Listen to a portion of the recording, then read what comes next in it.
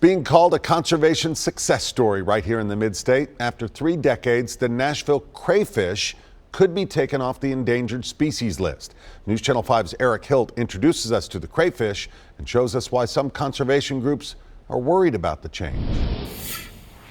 You gonna come out? Behind the scenes at the Nashville Zoo, A big guy. Lynn Rohrbach keeps a close eye on these sometimes cranky crayfish. They are relatively ornery. This is a big claw crayfish, They do have big claws. and the zoo uses it to help research the much rarer Nashville crayfish, It's very closely related to the Nashville crayfish. a species that's been endangered for decades and that's only found in the mid-state. The Nashville crayfish is a species of crayfish that lives only in the Mill Creek watershed. For years, Mikhail Houghton and the Cumberland River Compact have been studying the unique crustacean. Their population has remained steady since the crayfish was listed. And that's partly why last month, the U.S. Fish and Wildlife Service proposed taking the Nashville crayfish off the endangered species list, saying its populations are healthy, stable, and robust. We would love to be able to look at this crayfish delisting proposal as a win.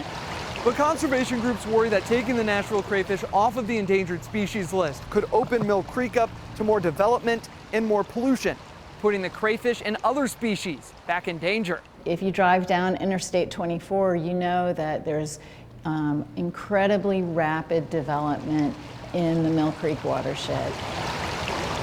The law is the only protection that the crayfish has right now. And so, yes, there's a concern that removing those laws will imperil the crayfish. Regardless, Houghton tells me she's optimistic the crayfish's numbers will be able to stay afloat. They are strong, they're resilient. In Nashville, These are scrappy crayfish. Eric Hilt, News Channel 5. All right, Eric. Fish and wildlife officials say if the crayfish is delisted, they will continue to monitor it for 5 years. This proposal is open for public comment, and you can find a link to the comment page right now on our website.